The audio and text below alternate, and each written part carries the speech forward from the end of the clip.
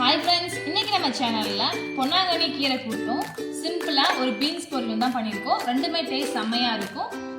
பொன்னாங்கண்ணி கீரை ஹெல்த்தியும் கூட. இந்த மாதிரி நீங்கள் சீக்கிரமாக சட்டுன்னு செஞ்சு பாருங்கள். வாங்க எப்படி செய்யலாம்னு பார்க்கலாம்.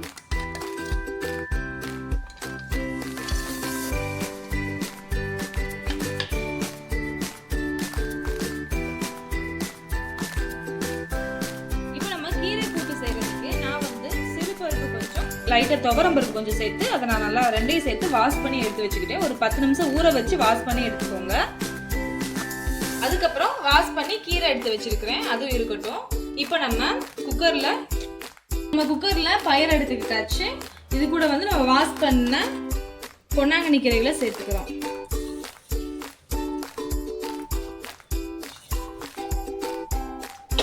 சேர்த்துட்டு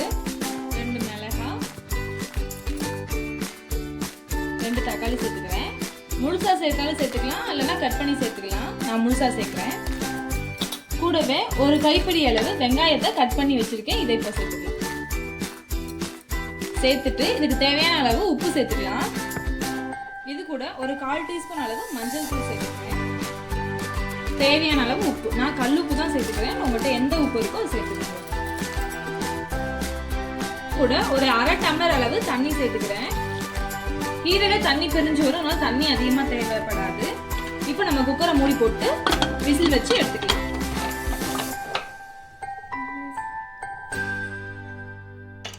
ஒரு 4 விசில் போல விட்டு எடுத்துக்கலாம். இப்போ அந்த கீரையில நம்ம அரைச்சு ஊத்துறதுக்கு ஒரு பேஸ்ட் ரெடி பண்ணி எடுத்துக்கலாம். அதுக்கு நான் தேங்காவை சின்னதாக கட் பண்ணி எடுத்து வச்சிருக்கேன். அது கூட ஒரே 1 டேபிள் ஸ்பூன் அளவு ஜீரகம் சேர்த்துருக்கேன். கூடவே 3 வரமிளகாய் சேர்த்துக்கலாம். இப்போ இதை லைட்டாக தண்ணி ஊற்றி நல்லா ஃபைன் பேஸ்ட்டாக அரைச்சி எடுத்துக்கலாம். இப்போ நம்ம 4 விசில் போல விட்டுட்டு இதை குக்கரை எடுத்தாச்சு. பாருங்க, இந்த மாதிரி தான் வெந்திருக்கு. நீங்கள் ஒரு கரண்டி எது இருந்துச்சு அப்படின்னா லைட்டாக இதை கிண்டி விட்டு எடுத்துக்கோங்க. கீரை பருப்பு எல்லாமே நல்லா குழம்பா வெந்து வந்துருச்சு. இப்போ நம்ம அரைச்ச பேஸ்ட்டை இதில் நம்ம சேர்த்துக்க போகிறோம்.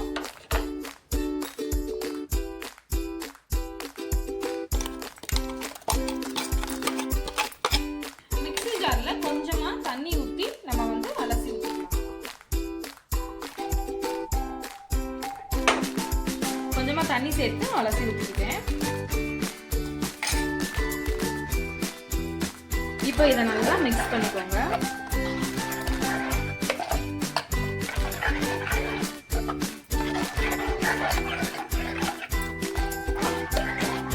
இப்போ நம்ம அரைச்ச விழுதோட பச்சை வாசம் போறதுக்கு ஒரு 5 நிமிஷம் அடுப்புல ஸ்லோ ஃப்ளேம்ல வச்சு எடுத்துக்க போறோம். ஒரு 5 நிமிஷம் இருந்தா போதும். கீரை நல்லா கொதி வந்துருச்சு. இந்த தேங்காய் விழுதோட பச்சை வாசம் போயிடுச்சு. இப்போ நம்ம இதுக்கு தாளிப்பு ரெடி பண்ணி சேர்த்து இறக்கிட்டோம்னா கீரை கூட்டு ரெடி ஆயிடுச்சு. தாளிப்பு ரெடி பண்றதுக்கு அடுப்புல ஒரு தாளிப்பு கரண்டி வச்சுக்கலாம்.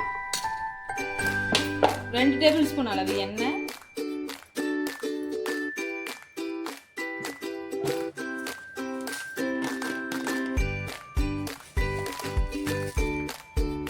1 டேபிள் ஸ்பூன் அளவு கடுகு,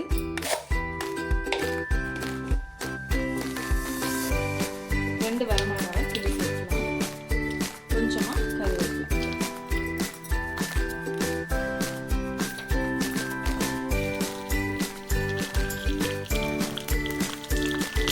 இப்போ தாளிப்பா நம்ம இந்த கூட்டுல சேர்த்துக்கலாம். அவ்வளோதாங்க, செம்ம டேஸ்டான அதே சமயத்தில் ஹெல்த்தியான பொன்னாங்கண்ணி கீரை கடைசல் ரெடி ஆயிடுச்சு.